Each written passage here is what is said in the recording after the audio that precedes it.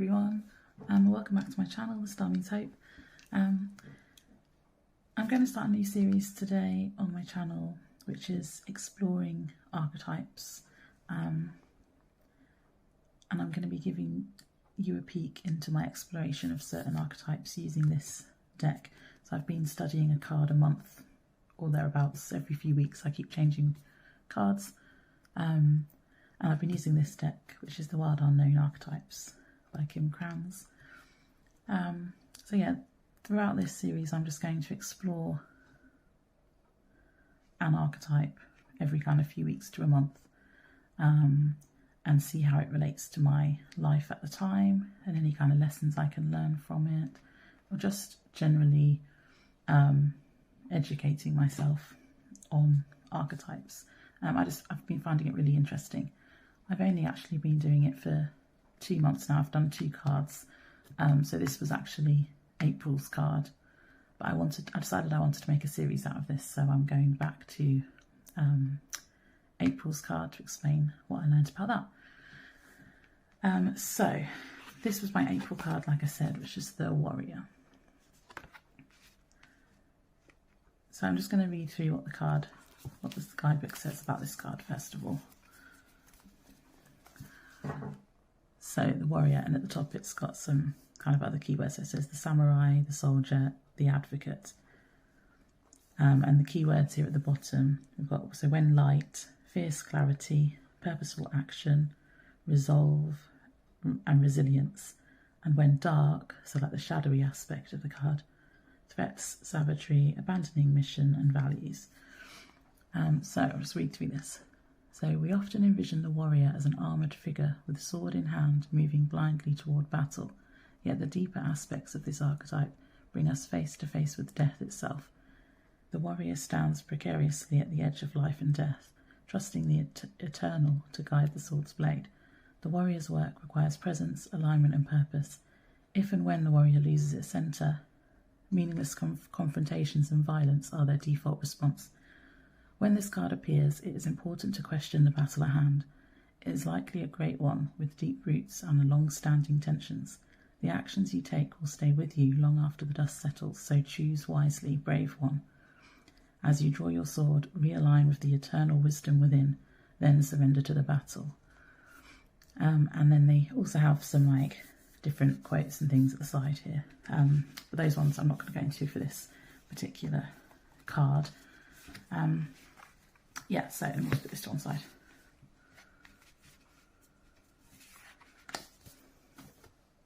So the Warrior.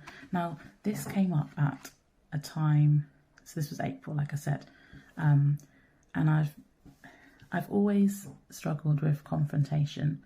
I don't like standing up for myself. Even when I know something is wrong, I sometimes will still stay quiet just because I don't want the confrontation. But like I said, this came at a time when I had just, during April I did a tarot challenge which was called Blossom with Tarot, which was by the Tarot Professor on Instagram.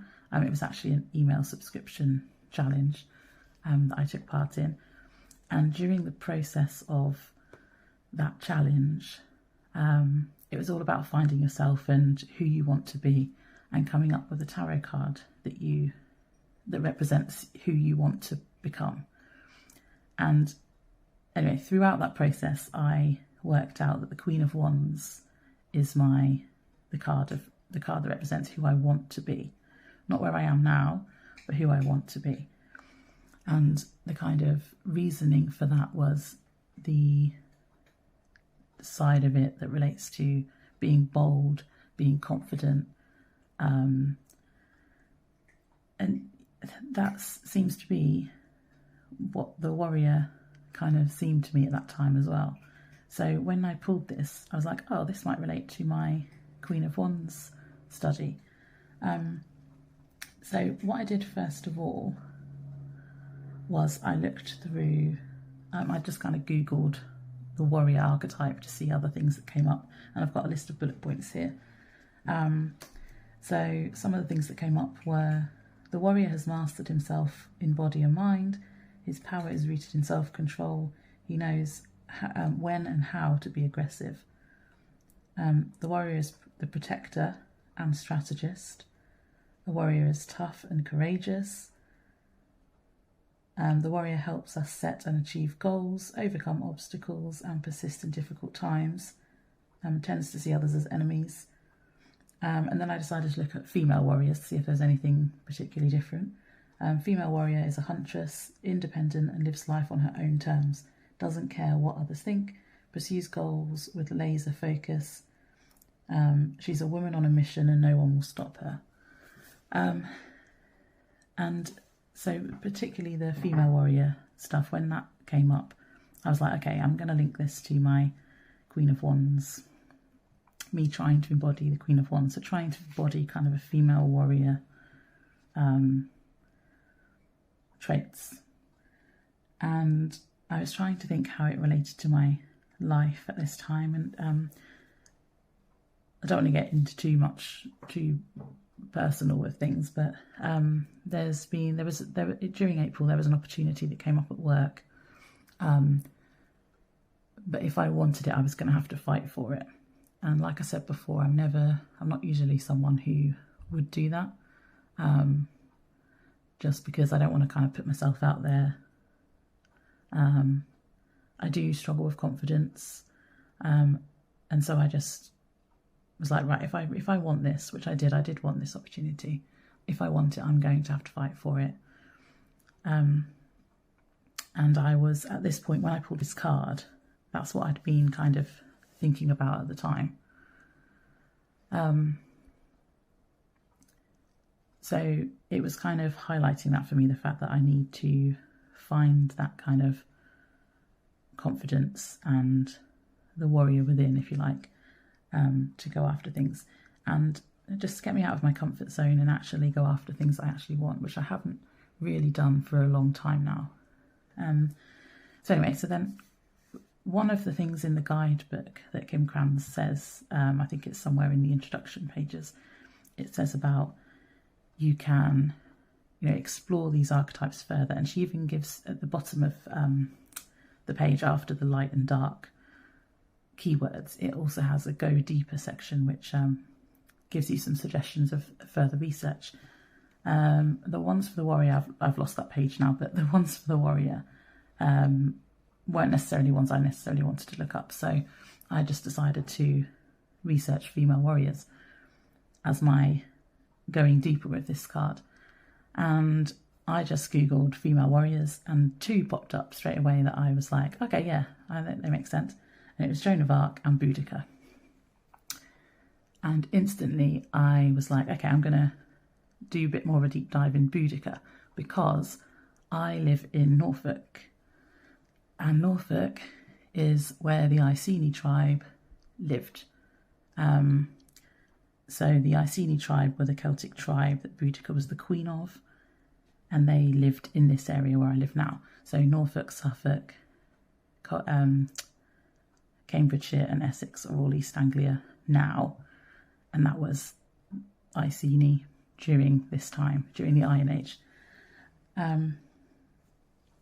And just a crash course now, I'm not an expert on Boudica, even though I do live in Norfolk, and there's a lot of stuff around here that's linked to her, even just like company names and streets and roads and things, all linked to Iceni or Boudica. But from what I understand and what I remember from when I was younger, her husband, the king, had died, and the Romans then tried to take over, and various different things happened which weren't very nice, involving her daughters and lots of other people. And Boudica then decided to revolt against the Romans and take revenge for what they had done. And then, well, the rest is history, as they say. Now, I decided to then look into Boudica a bit more and think about the lessons that I could learn from that. Now, I came up with 3 areas or 3 lessons of things that I could then learn from Boudica and from just the warrior archetype in general. And what I narrowed those down to were standing up for yourself and others, or like just having a sense of justice, which I feel like Boudica represents, being fierce, and finding your power. And that's kind of as far as I went with this study. I haven't kind of done any work. Well, I say I haven't done any work with it. Like I said, it had linked to my Queen of Wands study, and I have been doing some work with that. So that does link to it. And I also did go after this opportunity at work, and I did fight for myself, and I got it, and I've got what I wanted, which has kind of given me the motivation to keep at it, to keep just trying to find opportunities where I can be more confident and be more bold and be more courageous in my everyday life, whereas I kind of stopped myself from doing that in the past. So yeah, that's basically it, and how I want to use these cards. Now, like I said, I'm filming this in May, and this was my April card. My card for May, I've done a lot more work with, so next time I do a video based on this, it's going to be a bit more in depth, showing you what I've then done with it. I didn't do that with this card, so I haven't really got much more for this video, but I just wanted to explain like the lessons I've taken away from this archetype and how it fits into my life at the moment, and it came at a really good time for me. As part of the magic of working with oracle cards and tarot cards, I find that they do tend to turn up when you need them to, and this definitely did. So yeah, if you like this, I'm going to keep doing this. Like I said, my current card that I'm working with, I've done a lot more with, and it will go a bit more in depth than I've done with this one. But yeah, so thanks for watching this video, and if you liked it, let me know in the comments. I always like hearing from people, and yeah, like, subscribe if you enjoy this, and I will see you in the next video.